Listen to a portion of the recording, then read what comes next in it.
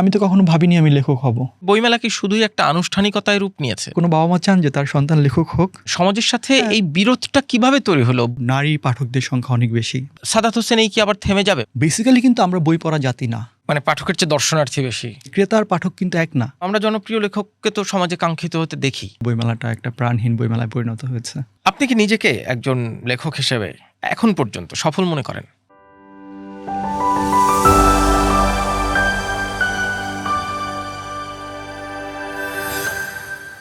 সবাইকে আমন্ত্রণ পডকাস্ট কথা চলুকে। আমার আজকের পডকাস্ট কথা চলুকের অতিথি সাদাত হোসাইন, যার নাম বলার পর হয়তো এই সময়ের পাঠকদের কাছে নতুন করে আর বিশেষণ দেওয়ার দরকার হবে না। সাদাত হোসেন, আপনাকে আমন্ত্রণ জানাচ্ছি। Thank you. 21শে বইমেলা চলছে, অমর 21শে গ্রন্থমেলা। আপনার বইয়ের গল্পে তো যাব, তার আগে একটু এইবারের যে বইমেলা, সেই বইমেলার এক ধরনের বিশেষত্ব কিংবা এক ধরনের বিশেষ বৈশিষ্ট্য, বইমেলার তারিখ নিয়ে এক ধরনের দোলাচল ছিল। কবে শুরু হবে, কিভাবে শুরু হবে, পাঠকদের পাবলিশারদের সাথে সরকারের এক ধরনের টানাপোড়েন, অন্তর্বর্তীকালীন সরকারের সাথে, সেইটা শেষ পর্যন্ত গিয়ে নির্বাচিত সরকারে ঠেকলো। বইমেলার কি আবেগটা খানিকটা নষ্ট হলো এই টানাপোড়েনে? খানিকটা তো হয়েছে, কারণ ফেব্রুয়ারিতে বইমেলা হবে, এটা কিন্তু বছরব্যাপী একটা অপেক্ষা থাকে। এবং আমাদের 21শে বইমেলা নিয়ে শুধু লেখক, পাঠক বা প্রকাশক না, মানে যারা শুধু পাঠকই তারাও না, তাদের বাইরেও সাধারণ মানুষের মধ্যেও কিন্তু একটা উৎসব আমেজ থাকে, বছরব্যাপী অপেক্ষা করে, রাইট? সো যখন বইমেলার একটা ডেট দেওয়া হলো যে 16ই ডিসেম্বর থেকে হবে, নির্বাচন সংক্রান্ত জটিলতার কারণে 16ই ডিসেম্বর থেকে 15ই জানুয়ারি এই ধরনের একটা ডেট দেওয়া হলো। তারপরে সেটা হলো না, বলা হলো যে ফেব্রুয়ারি 20 তারিখ থেকে হবে, তারপরে 21 তারিখ থেকে, তারপরে 24 তারিখ থেকে, তারপর 25 তারিখ থেকে, তারপর 26। তো এইগুলো আসলে মানুষকে পাজল করে ফেলছে। এরপরে রোজা শুরু হয়েছে। তো মানুষ সাধারণত বইমেলায় কখন যায়? সন্ধ্যার দিকে। এখন আমাদের দেশের পার্সপেক্টিভে সন্ধ্যার দিকে কিন্তু বেশিরভাগ অফিস 3টার মধ্যে ছুটি হয়ে যায়, কারণ ইফতার করবে সবাই বাসায় গিয়ে। তারপর আরও একটা ব্যাপার হচ্ছে যে, একটা জিনিস খেয়াল করবেন, আপনি যদি বইমেলায় যেয়ে থাকেন, বইমেলায় কিন্তু নারী পাঠকদের সংখ্যা অনেক বেশি, দর্শনার্থী বলি বা পাঠক বলি। তো আমাদের দেশে মেয়েরা কিন্তু ইফতারের সময় বাড়িতে তাদের ঘরকন্যার অনেক কাজ করতে হয়, বাবা মাকে হেল্প করতে হয়, আর সবাই চায় যে ফ্যামিলির সঙ্গে একটু ইফতারটা করতে চায়। এমনকি কর্মজীবী নারীরা অফিসটা শেষ করে বাসায় গিয়ে ইফতারে এক ধরনের এনগেজমেন্ট থাকে। হ্যাঁ, তো খুব স্বাভাবিকভাবেই এই সময়টা, মানে সব কিছু মিলিয়ে আমার কাছে মনে হয়েছে যে আবেগের জায়গা থেকে যেমন যে ফেব্রুয়ারি 1 তারিখ থেকে শুরু হলে হয়তো একটু অন্যরকম হতো, যেটা আমাদের ঐতিহ্য বা আমাদের অনুভূতির জায়গা। আর অন্যদিকে যদি আমি বলি যে আমাদের মানে বস্তুগত জীবনের যেই টানাপোড়েন, সেই জায়গা থেকেও আসলে দুইটি জায়গায় একসঙ্গে মিলে বইমেলাটা একটা প্রাণহীন বইমেলায় পরিণত হয়েছে। সাদাত হোসেন একজন তরুণ জনপ্রিয় লেখক। গত কয়েক বছর ধরে টানা আপনার বই প্রকাশিত হচ্ছে, আপনার এক ধরনের জনপ্রিয়তার ভিত্তি তৈরি হয়েছে।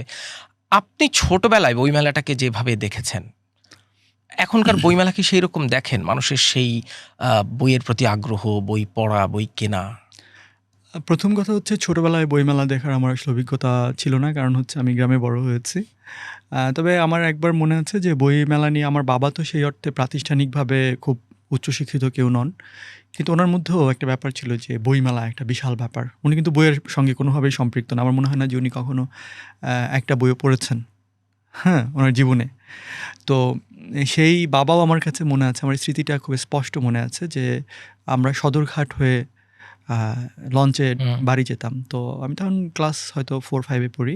তো আমার বাবা, আমরা কিন্তু চাইলে, আমার বাবা থাকতেন মিরপুর 12 নম্বরে, তো চাইলে কিন্তু মিরপুর 12 নম্বর থেকে সরাসরি সদরঘাটের বাসে ওঠা যেত।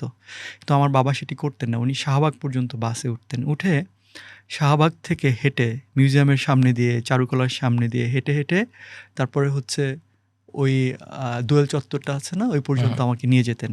এটার 2টা কারণ আছে। একটা কারণ হচ্ছে যে ওই সময় ফুটপাত, ওই জায়গাটায় প্রচুর বই বিক্রি হতো, প্রচুর, এখনও তো হয় না কিন্তু। আরেকটা হচ্ছে যে বইমেলার সময় নিয়ে যেতেন, বইমেলার মধ্যে হয়তো ঢুকতাম না আমরা, কিন্তু বাইরে থেকে দেখতে পেতাম যে এত মানুষ ঢুকছে বইমেলায়। তার মানে ওনার মধ্যেও কিন্তু বইমেলায় উনি কখনো যাননি, উনি কখনো বই পড়েননি। তারপর উনি বইমেলা যে একটা বিশেষ উৎসব বা বিশেষ একটা আয়োজন, অনুভূতির জায়গা থেকে, সেটা কিন্তু উনিও কানেক্ট করতে পারতেন। এবং ওই যে শৈশবে আমাকে উনি নিয়ে যেতেন, উনি হয়তো আমাকে একটা বই কিনে দিতেন না, কিন্তু নিয়ে যেতেন, বা এখানে বইয়ের একটা মেলা হয়, সেটা কিন্তু আমাকে দারুণভাবে আন্দোলিত করেছে। এটাকে আমি এখনও বলি, আপনি যেটা বললেন যে সেই আগের বইমেলা, এখনকার বইমেলা বা পাঠকবাস, সেটা আসলে কোনোভাবে হ্যাম্পার হয়েছে কিনা, এটা দারুণভাবে হয়েছে। দেখেন, এটা একটা শিশুকে আপনি যদি কোনো একটা কাজ করতে বলেন অসংখ্যবার, সে হয়তো এটা করতে আগ্রহী হবে না, কিন্তু আপনি যদি সেই কাজটা করেন সে আপনাকে দেখে সেই কাজটি করার প্রতি উদ্দীপ্ত হবে, কারণ শিশুরা অনুকরণ প্রিয়। হুম। সো আমার তো মনে হয় যে আমার বাবা যখন আমাকে এই ফুটপাতের বইয়ের দোকানের পাশ দিয়ে হাঁটিয়ে নিয়ে যেতেন, আমার এই বইয়ের প্রতি আগ্রহ তৈরি হতো। যখন বইমেলার পাশ দিয়ে নিয়ে যেতেন আমার মনে হতো আমি যদি কখনো বইমেলায় ঢুকতে পারি। এখন যেই সব মানে ছেলেমেয়েরা যাদের দেখে যে বাসায় বই কেউ পড়ছে না, বইমেলায় গেলে হয়তো বই কেনার চেয়েও বেশি আগ্রহ থাকে খাবারের দোকানে বা মনোহারি। মানে পাঠকের চেয়ে দর্শনার্থী বেশি। হ্যাঁ, আমি সেটাকে যে খারাপ হিসেবে দেখছি তা না, কিন্তু আমার কাছে মনে হয় যে একটা পরিবর্তন তো হচ্ছেই, এটা অস্বীকার করার উপায় আসলে নাই একটা, এবং সেটা একটা খুবই আশঙ্কার মতো ব্যাপার আর কি।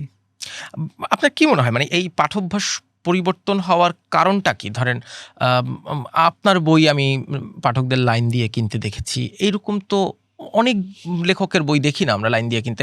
ঠিক আছে, একই সাথে হয়তো অনেক লেখক জন্মাবেন না। হুমায়ূন আহমেদের বই যখন লাইন দিয়ে কিনতো তখন হয়তো ৮-১০ জন লেখকের বই লাইন দিয়ে কিনতো না। কিন্তু তারপরও মানে সাদাত হোসেনেই কি আবার থেমে যাবে? মানে এই যে লম্বা সময়ের গ্যাপ, সেই পাঠ্যাভ্যাস তৈরি না হওয়ার পেছনে কারণ কি? মানে মানুষ যদি পড়ার অভ্যাস না থাকে সেক্ষেত্রেও তো লেখক তৈরি না হওয়ার একটা কারণ তৈরি হয়। দেখেন, সংস্কৃতি একটা ব্যাপার আছে আমাদের, পাঠ্যাভ্যাসেরও কিন্তু একটা সংস্কৃতি থাকে, তাই না? তো সেটা কখন হয়? ধরেন একটা মজার ব্যাপার বলি, পাঠ অভ্যাস কি মানুষের কমে গেছে? কমে যায়নি। আপনি দেখবেন যখন অনলাইন বুকশপগুলোতে, বিশেষ করে রকমারি.com-এ বিশেষ ভর্তি পরীক্ষার গাইড বই প্রকাশিত হয় বা বিক্রি শুরু হয়, তখন লক্ষ লক্ষ কপি বই বিক্রি হয়। যখন ফ্রিল্যান্সিং শেখার বই বের হয় তখন লক্ষ লক্ষ কপি বই বিক্রি হয়। কিংবা এখন আর্টিফিশিয়াল ইন্টেলিজেন্স, ধর্মীয় প্রচুর বই বিক্রি হয়। এটা কিন্তু খুবই একটা মানে গুরুত্বপূর্ণ ব্যাপার, টু কনসেন্ট্রেট, মানে এই জায়গাটায় হুম। মনোযোগী হওয়ার। সেটার কারণটা হচ্ছে, আপনি যখন আমাদের সমাজে দেখবেন যে কাদেরকে মানুষ প্রত্যাশা করে, কারা আকাঙ্ক্ষিত, বিসিএস ক্যাডার, ব্যাংকার, রাইট, পুলিশ অফিসার, এরা কি খুব আকাঙ্ক্ষিত না? এখন যখন এই প্রফেশনের মানুষগুলো আকাঙ্ক্ষিত হবে তখন সকলেই কিন্তু বিসিএস ক্যাডার হতে চাইবেন, সকলেই কিন্তু পুলিশ অফিসার হতে চাইবেন, সকলেই ব্যাংকার হতে চাইবেন। যখন তারা এগুলো হতে চাইবেন তখন পরবর্তী জেনারেশনের, মানে যারা কিনা এই সকল প্রফেশন গ্রহণ করার জন্য সম্ভাব্য মানুষ, তারা কি করবেন? তারা এটা হওয়ার জন্য যেই বই পড়া উচিত সেই বইগুলো পড়বেন।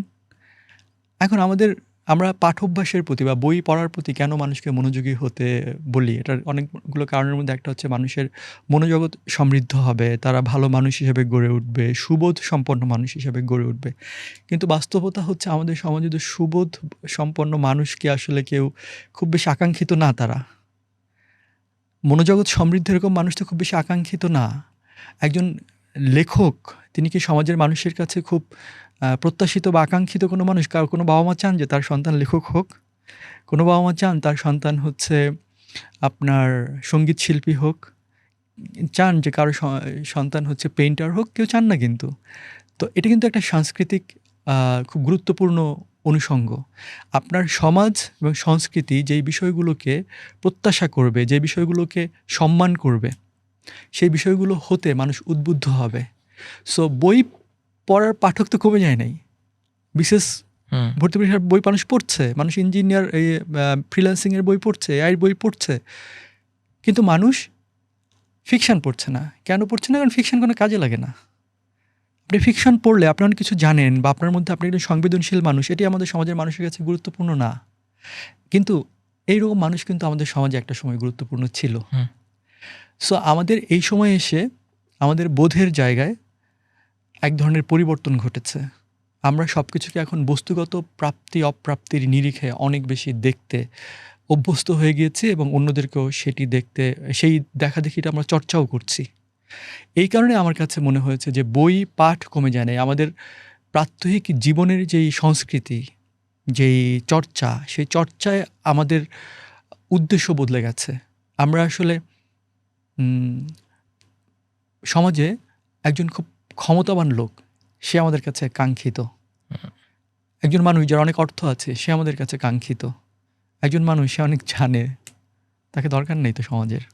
না কেন, আমরা জনপ্রিয় লেখককে তো সমাজে কাঙ্ক্ষিত হতে দেখি। মানে কাকে দেখেছেন? মানে আপনার বই যখন লাইন দিয়ে কেনে, আপনি তো তখন সেই পাঠকের কাছে কাঙ্ক্ষিত থাকেন, কিংবা হুমায়ুন আহমেদের বই যখন মানুষ কিনতো তখন তো হুমায়ুন আহমেদ কাঙ্ক্ষিত ছিল। না ছিল, কিন্তু বাংলাদেশের টোটাল জনসংখ্যার ঠিক কত অংশের হ্যাঁ, কাছে। সেই আনুপাতিক হার হিসাব করলে হয়তো হ্যাঁ, ফলাফলটা আমি ভিন্ন। আপনাকে একটা মানে এটার একটা উদাহরণ দেই যে বাংলাদেশে যদি ২০ কোটি জনসংখ্যা থাকে, যদি 1% লোক বই কেনে তাহলে কত? ২০ লক্ষ বই বিক্রি হওয়ার কথা। হুম। আপনার কি মনে হয় বইমেলায় ২০ লক্ষ বই বিক্রি হয়? তাহলে আপনি খেয়াল করে দেখেন যে একটা জনগোষ্ঠীর 1% লোক বই কেনে না, পড়ারটা পরের কথা। আমি কিনছি কেনার কথা। হুম। মানে ক্রেতা আর পাঠক কিন্তু এক না। সো আমি যদি মনে করি যে শুধু ক্রেতার দিক থেকে চিন্তা করি, তাহলে 1% লোক বই কেনে না একটা জনসংখ্যার মোট আনুপাতিক হারে।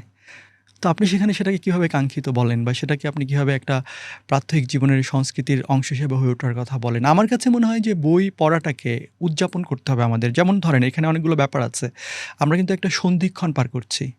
কারণ প্রযুক্তির এমন এক উৎকর্ষের সময় আমরা আছি, এটা একটা ট্রানজিশন পিরিয়ড। কারণ হচ্ছে হঠাৎ করেই কিন্তু আমরা নতুন ধরনের রিয়েলিটির মুখোমুখি হচ্ছি। সেটা বিনোদনের মাধ্যম হোক, সেটা আমাদের ভাবনার জগতে ভিজুয়ালাইজেশনের জায়গা থেকে হোক। মানুষ এখন খুব সহজেই সব কিছু হাতের নাগালে পেয়ে গেছে। তো বই তো খুব সহজে, বই কষ্ট করে পড়তে হয়, মনোযোগ দিতে হয়। আপনি বাসে বসে মোবাইল ফোনে রিলস দেখতে পারবেন। আপনি বাথরুমে যাবেন, শাওয়ারটা ছেড়েছেন যে গিজারটা একটু গরম হোক পানি।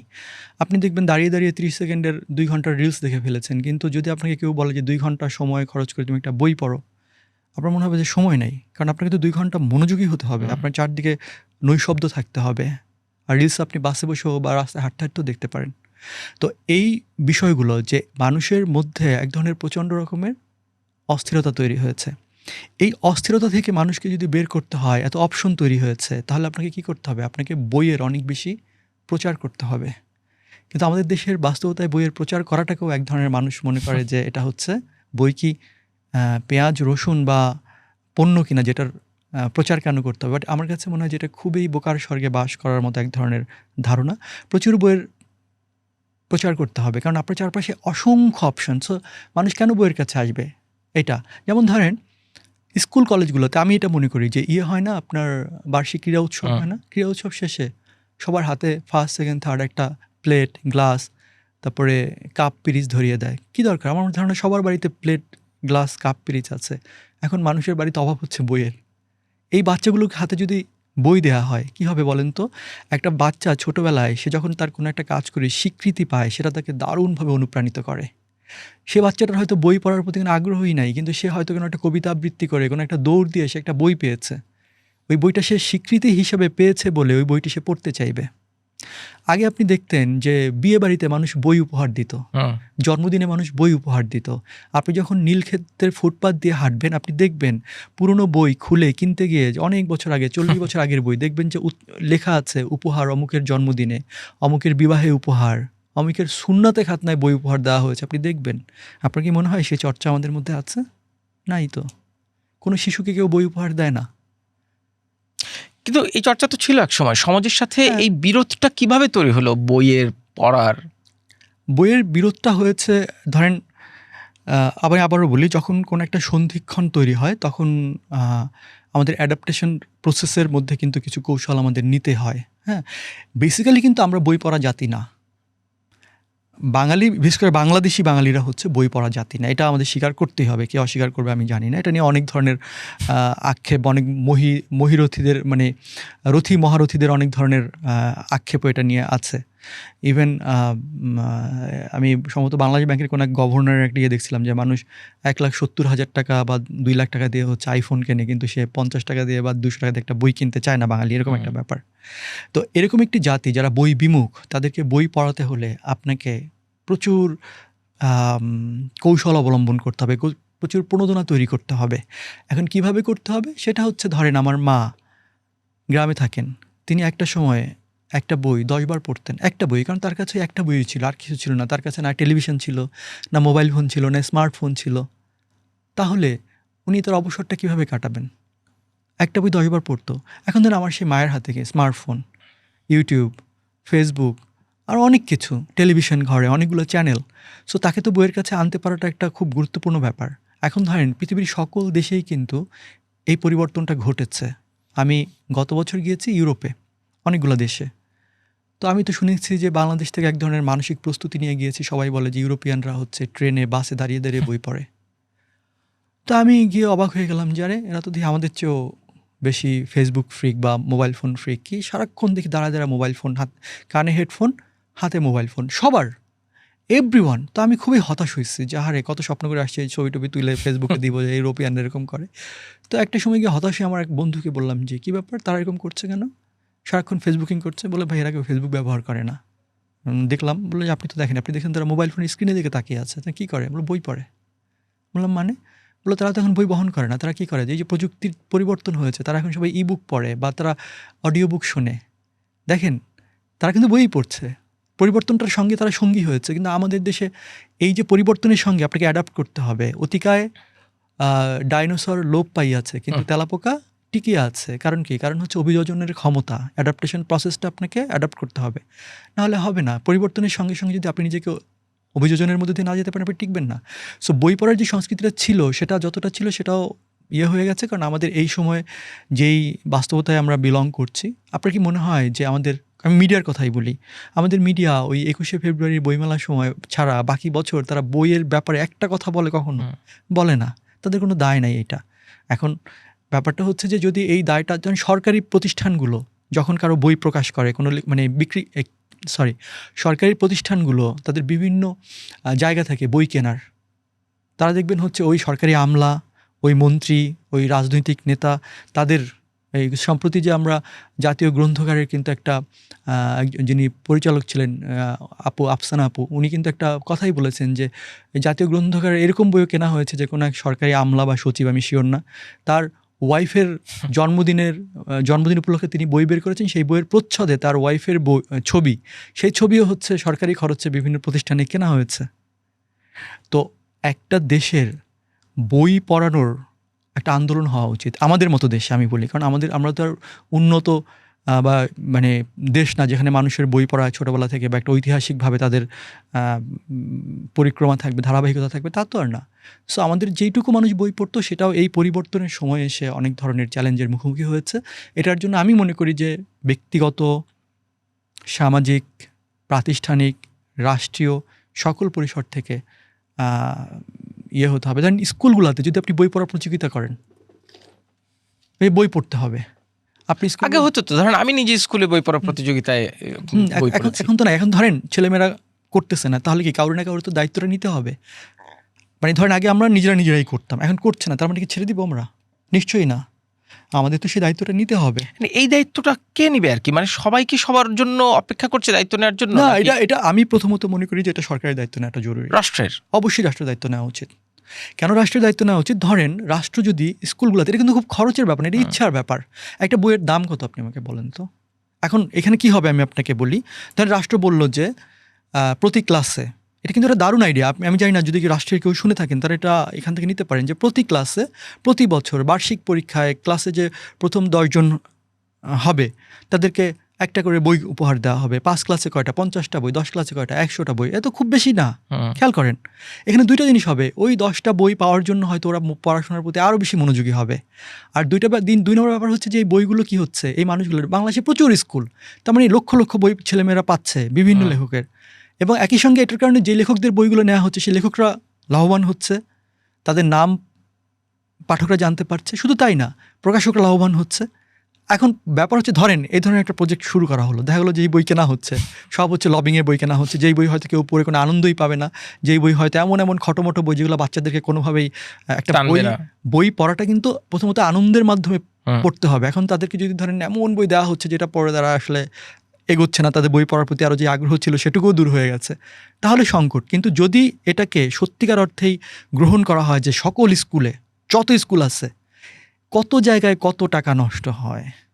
হ্যাঁ, আমি আপনাকে লিখে দিতে পারি যে এই প্রজেক্টটা যদি করা হয়, বাংলাদেশে বই পড়ার একটা বিশাল বিপ্লব তৈরি হবে, যে প্রত্যেকটা স্কুলে প্রথম 10 জন ছেলে মেয়েকে এটা দেওয়া হবে। বছরের পর বছর ধরেই তো এই সংস্কৃতির যে নষ্ট হওয়ার কথাটা বলছেন, সেটা তো বছরের পর বছর ধরেই হলো। বইমেলা তো প্রতি বছরই আয়োজন করা হয়, তাহলে এই বইমেলা কি শুধুই একটা আনুষ্ঠানিকতায় রূপ নিয়েছে? না, আনুষ্ঠানিকতা কেন রূপ নেবে? দেখেন, একটা পুকুর যদি নিস্তরঙ্গ থাকে, সেখানে কিন্তু একটা পাতা পড়লে ঢেউ তৈরি হয়, এবং সেই ঢেউটা কিন্তু আরও অনেক ওয়েভ তৈরি করে। ঠিক আছে? তো আমার কাছে মনে হয় যে বই না পড়া, নিস্তরঙ্গ একটা সমাজের জন্য বইমেলা হচ্ছে ওই পাতাটা গাছ থেকে নিস্তরঙ্গ পুকুরে পড়ে অসংখ্য তরঙ্গ তৈরি করার মতো। কারণ বইমেলাটা হওয়ার আগে ১-২ মাস পর্যন্ত মানুষের মধ্যে বইমেলা নিয়ে একটা কৌতূহল, সোশ্যাল মিডিয়াতে এখন যেহেতু সোশ্যাল মিডিয়ার যুগ, প্রচুর ছেলেমেয়েরা বই নিয়ে কাজও করছে, একটা আলোচনা চলতে থাকে, বইমেলার সময়টা চলতে থাকে, প্রচুর ছেলেমেয়েরা ছবি পোস্ট করে ফেসবুকে, ভিডিও পোস্ট করে, ব্লগ বানায়, আবার বইমেলা শেষ হওয়ার পর ২ মাস পর্যন্ত এটা চলতে থাকে। সুতরাং বইমেলাটা আনুষ্ঠানিকতা না শুধু, বরং আরও বেশি বইমেলা বাংলাদেশে আয়োজন করা উচিত। বছরে একটা বইমেলা আয়োজন না করে আরও অনেকগুলো বইমেলা আয়োজন করা উচিত। কিন্তু যেই বাস্তবতার কথা আপনি বললেন, সেই বাস্তবতায় ধরেন এটা কি ভাইস ভার্সা না? মানে পাঠ্যাভ্যাস যখন পাঠ্যাভ্যাস কমে নাই, কিন্তু বইগুলো পরিবর্তন হয়ে যাচ্ছে কিংবা বই পড়ার উদ্দেশ্য পরিবর্তন হয়ে যাচ্ছে। সৃজনশীল লেখক তৈরি হচ্ছে না, কারণ একজন লেখক কি বই লিখে আসলে জীবিকা নির্বাহ করার বাস্তবতা দেখেন? এইটাই তো আমি এতক্ষণ আপনাকে বললাম যে আমাদের সমাজ এবং হচ্ছে সার্বিক ক্ষেত্রে এই মোটিভেশনটা আসলে নাই। যেমন আমি আপনাকে আমার কথাটা উদাহরণ দিয়ে বলি, আমি কোনো জব করি না। আমি 2017 বা 18 সালে I have taken a risk, great risk, যে বাংলাদেশের মতো একটা জায়গায় আমি সেই বিরল প্রজাতির একজন যিনি কিনা হচ্ছে লেখালেখিকে তার ফুল টাইম প্রফেশন হিসেবে নিয়েছে এবং আমার অনেক রেসপন্সিবিলিটি, ফ্যামিলি বা অন্যান্য অনেক কিছু। সো এটা আমার জন্য একটা অসম্ভব ঝুঁকিপূর্ণ সিদ্ধান্ত ছিল। সামহাও আমি কী করেছি, এটাতে সাস্টেইন করতে পেরেছি। এখন প্রশ্নটা হচ্ছে যে আমি যে বই লিখছি, আরেকজন যে বই লিখছে বা অন্য আরও অনেকেই যে বই লিখছে, তারা কিভাবে বই লিখছে? তারা কিন্তু সকালবেলা বাসে করে অফিসে যাচ্ছে, গিয়ে সারাক্ষণ বসের সঙ্গে খটোমটো অফিসের নানান জটিল কাজ, বাসায় এসে বউয়ের সঙ্গে ঝগড়া, বাজার হাট বাজার, বাচ্চাদের সামলানো, সে কখন লিখবে আসলে? এখন তার কাছে কি, তার কাছে আমরা কি চাই? আমরা একটা অসাধারণ সাহিত্য চাই। কিন্তু সে অসাধারণ সাহিত্য দেওয়ার জন্য তার যে অবসর বা ফুটসুটটুকু দরকার, মনোসংযোগটুকু করার দরকার, সেটি সে করতে পারার সময় পাচ্ছে? আপনি দেখবেন অনেক সিনেমায় বিদেশে যে কোনো লেখক লেখার জন্য কোনো এক পাহাড়ের উপরে বাসা ভাড়া করে চলে যাচ্ছে, জঙ্গলের মধ্যে ঝর্ণার পরে সুন্দর একটা রেস্ট হাউসে চলে যাচ্ছে, সেখানে বসে লিখবে। আমরা দেখেছি না? বাংলাদেশে কোনো লেখক এটা চিন্তা করতে পারে? পারে না তো।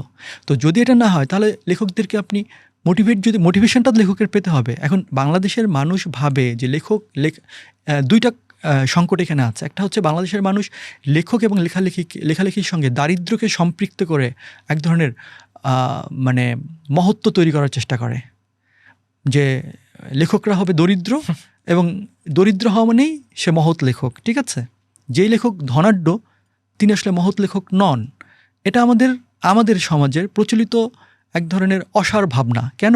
আপনি পৃথিবীতে যদি তাকিয়ে দেখেন, ধরেন আমরা যদি এই মুহূর্তে জেমস প্যাটারসনের কথা বলি, জেকে রলিংসের কথা বলি, আমরা যদি হারুকি মুরাকামির কথা বলি, আমরা পাওলো কোয়েলহোর কথা বলি, একজন মিলিয়নিয়ার বিলিয়নিয়ার, ঠিক আছে, তাদের তো মহৎ লেখক হতে কোনো বাধা হয় নাই। তাদের অর্থ, বাংলাদেশের বা বাঙালি সাহিত্যিকদের ক্ষেত্রে অর্থপ্রাপ্তিটাকে কেন লেখক হওয়ার জন্য অন্যতম প্রধান প্রতিবন্ধকতা পাঠকরা মনে করেন, সেটি আমি আসলে কিঞ্চিত দ্বিধান্বিত, যেটি তারা কেন ভাবেন। কারণ আমার কাছে মনে হয় যে লেখকরা ভাবেন, পাঠকরা ভাবেন যে লেখকরা হবেন তারা শুধু দারিদ্র্য নিয়ে লিখবেন, আর দারিদ্র্য নিয়ে তিনি তখনই লিখতে পারবেন যখন তিনি দারিদ্র্যের কষাঘাতে জর্জরিত হয়ে যাবেন। এখন এইটা যখন হবে যে লেখক মানেই দরিদ্র, সে একটা কুচকানো পাঞ্জাবি পরে রাস্তা দিয়ে ঘুরছে, তখন কোনো বাবা মা তার সন্তানকে তো লেখক হতে বলবেন না। সে যদি লিখতেও চায়, আমি ছোটোবেলায় লিখতে চাইলে আমার মা বলতেন যে খবরদার, লেখালেখি করার দরকার নাই।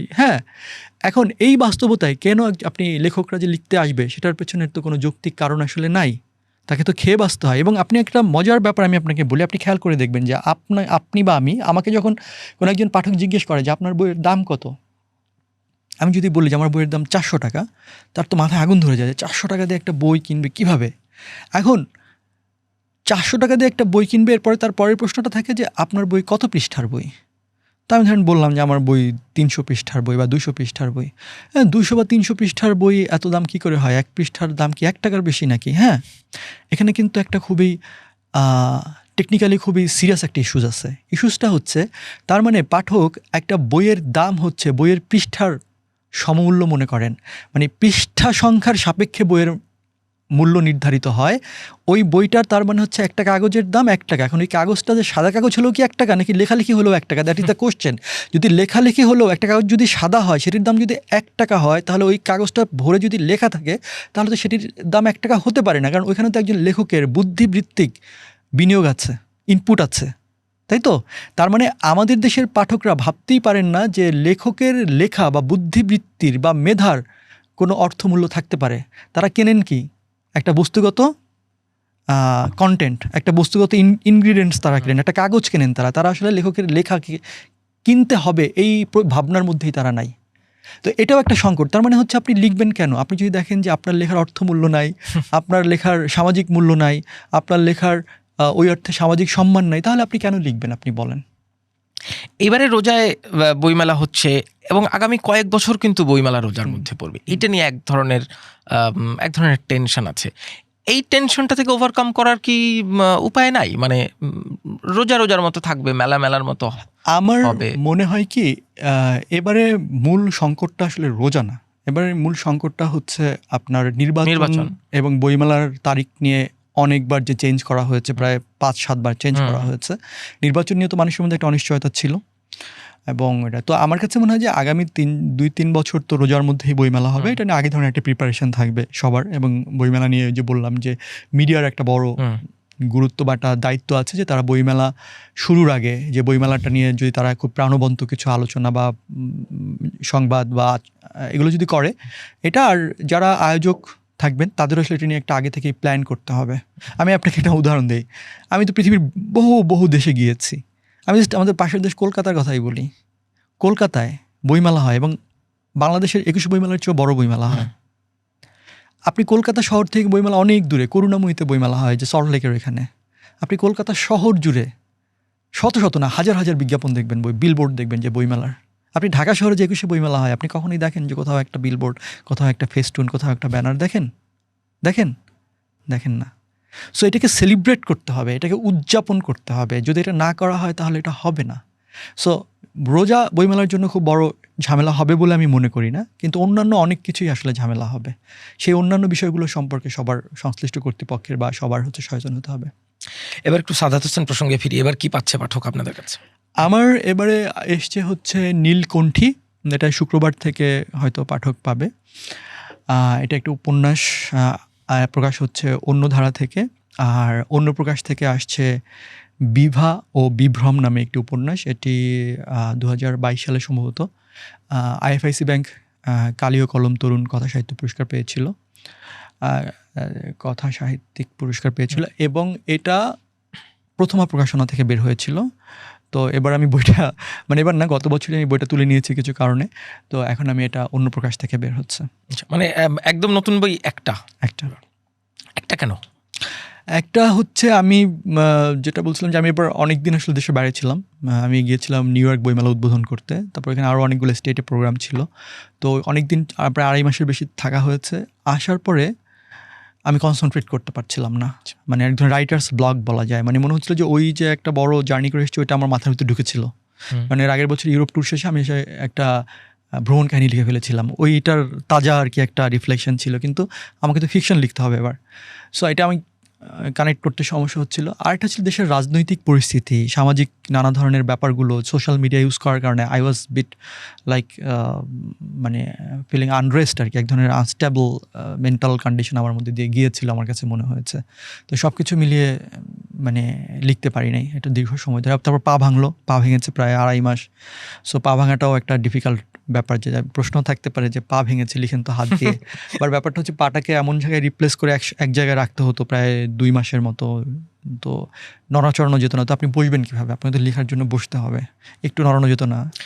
এখন নিশ্চয়ই এক ধরনের স্বস্তি ফিরে এসেছে সামাজিক রাজনৈতিক বাস্তবতায়। প্রত্যাশা করছি, দেখা যাক। রিসেন্টলি মানে আবার কিছু জিনিস নিয়ে খুবই ট্রমাটাইজ লাগছে। আপনি নিশ্চয়ই দেখেছেন সোশ্যাল মিডিয়াতে। আমি এই জিনিসগুলো নিতে পারি না। আপনি কি নিজেকে একজন লেখক হিসেবে এখন পর্যন্ত সফল মনে করেন? হ্যাঁ, আমি সফলতার সংজ্ঞায় যাব না। মানে আমার পার্সপেক্টিভটা আসলে ডিফারেন্ট। আমি আসলে লেখক হিসেবে সফল মনে করি কিনা সেটা আমি জানি না। কিন্তু আমার কাছে মনে হয় যে আমার জীবনে অনেক প্রাপ্তি আছে। মানে আমি তো কখনো ভাবিনি আমি লেখক হব। এখন সেই আমি, আমার জীবনে এত অসাধারণ সব ঘটনা ঘটে শুধু লেখার কারণে। তো সেটা তো আসলে আমার সাথে কখনো হবে আমি ভাবিনি। তো সেটি আমাকে অদ্ভুত রকম আনন্দ দেয়। এখন ধরেন এইটা এমন একটা সময় পৃথিবীতে আমরা বাস করি, মানুষ ভালোবাসে না, মানুষ ঘৃণা করতে ভালোবাসে। আপনি খেয়াল করে দেখেন, মানুষ ভালোবাসতে ভালোবাসে না, মানুষ ঘৃণা করতে ভালোবাসে। আপনি সোশ্যাল মিডিয়াতে যাবেন, যেখানে যান সারাক্ষণ শুধু হেট্রেড, তারপর হচ্ছে টক্সিসিটি, না এরকম। তো এরকম একটা সময়ে একটা ছেলে লিখে এত এত মানুষের ভালোবাসা পাচ্ছে, তার চেয়ে বড় প্রাপ্তি আর কি আছে? আমি ধরেন গত বছর সুইজারল্যান্ডে গিয়েছিলাম। তো জার্মানিতে ফ্রাঙ্কফুর্টে আমার একটা প্রোগ্রাম ছিল। তো এই প্রোগ্রামে এক ভাই এসেছেন, কার্লসরু নামে একটা শহর আছে, ওখান থেকে প্রায় 150 কিলোমিটার দূর থেকে। তো উনি এসে খুব মন খারাপ করেছেন যে ওনার স্ত্রী, উনি ছুটি নিয়েছিলেন এই প্রোগ্রামটাতে, আমার ফ্রাঙ্কফুর্টের প্রোগ্রামে আসার জন্য, কিন্তু উনি শেষ মুহূর্তে ওনার ছুটিটা বাতিল হয়ে গেছে, আসতে পারেননি। তো এরপর আমি ওইখান থেকে প্যারিসে আমার প্রোগ্রাম ছিল, প্যারিসে প্রোগ্রাম শেষ করে আমি চলে গেলাম জুরিকে, সুইজারল্যান্ডে। তো জুরিক থেকেও প্রায় 100 কিলোমিটার দূরে একটা শহর আছে রিক্টার্সভিল, সেই শহরে আমি ছিলাম। তো পরদিন আমি যাব ইন্টারলেকের নামে একটা জায়গা দেখতে। রাতের বেলা হঠাৎ করে আমার ফোন আসছে ওই জার্মানির ওই ভদ্রলোকের। তো আমি বললাম যে, কেমন আছেন? হ্যাঁ, বললো যে, ভাই আমরা একটু কালকে আপনার সাথে দেখা করতে চাই। তো আমি তো জানি না যে উনি জার্মানির, উনি, কারণ আমার তো মনে নাই। তো আমি বললাম যে, হ্যাঁ আপনি আসতে পারেন, কিন্তু আসলে আপনাকে 9টার মধ্যে আসতে হবে। বললো, ভাই সমস্যা নেই, আমি 9টার মধ্যে আসতে পারবো। তো আমি কেন আসবেন? বললো, ভাই আমরা একটু আপনার সাথে দেখা করবো, আমার ওয়াইফের সাথে একটা ছবি তুলবে, কথা বলবে। তো আমি বললাম যে আচ্ছা। তো একটু আমি বললাম যে, আচ্ছা আপনি কোত্থেকে আসবেন? বলে, আমি তো জার্মানি থেকে আসবো। হোয়াট? এখন বাজে রাত 10টা, আমি কালকে 9টার সময় বের হয়ে যাব, আপনি এর মধ্যে কীভাবে জার্মানি থেকে সুইজারল্যান্ডের জুরিকে আসবেন? বলে কি, ভাই আমার এখান থেকে 650 না 700 কিলোমিটার দূর, সমস্যা নেই, আমি 9টার মধ্যে হাজির হয়ে যাব। আমি বললাম যে, আপনি মানে আমার ভাল লাগতেছে শুনে যে কিন্তু আর ইউ ক্রেজি? বললো, সমস্যা নেই, আমি হচ্ছে 700 আর 700 1400 কিলোমিটার, তো আমি 2000 কিলোমিটার চিন্তা করছি, আর 400 কিলোমিটার আপনাকে, 600 কিলোমিটার আপনাকে নিয়ে ঘুরবো। অ্যান্ড টু বি অনেস্ট, পরদিন সকাল 9টার মধ্যে তারা সেই জার্মানি থেকে এসে হাজির হয়েছে। মানে এটা কি লেখার জন্য? আপনি এই সময় লেখায়, মানুষ লিখে হচ্ছে মানে এই ধরনের মানে যখন আপনি কারো কাছ থেকে এই ধরনের অনুভূতি পাবেন এবং তারা এত দূরে থাকে। তো লেখক হিসেবে সফল অসফল তো আমি চিন্তা করি না, আমার চিন্তা করার দরকারই নেই। এরকম অসংখ্য ঘটনা আছে। এই ভালোবাসাই আসলে সাফল্য। আপনার জীবনে, আপনার লেখক জীবনে এই ভালোবাসার আরও প্রাপ্তিযোগ হোক। সাদাত হোসেন, আমাদেরকে সময় দেওয়ার জন্য অসংখ্য ধন্যবাদ। এই ভাঙা পানিও কষ্ট করে এসেছেন। আর মেলায় নিশ্চয়ই আপনি বই নিয়ে, আমি বিস্তারিত জানতে চাইলাম না, পাঠকরা নিশ্চয়ই পড়ে দেখবেন কি নিয়ে বইটি লিখেছেন। সাদাত, আপনাকে অসংখ্য ধন্যবাদ আমাদেরকে সময় দেওয়ার জন্য। Thank you. কথা বলছিলাম তরুণ জনপ্রিয় লেখক সাদাত হোসাইনের সাথে বইমেলা নিয়ে এবং বই নিয়ে তার নানান ভাবনার কথা শুনলাম। অমর একুশে গ্রন্থমেলা চলছে, আমরা নিশ্চয়ই প্রত্যাশা করব মানুষের বই পড়ার প্রতি আগ্রহ দিন দিন আরও বাড়বে এবং অমর একুশে গ্রন্থমেলা আরও উজ্জ্বল হয়ে উঠবে। সবাইকে ধন্যবাদ পডকাস্ট দেখার জন্য।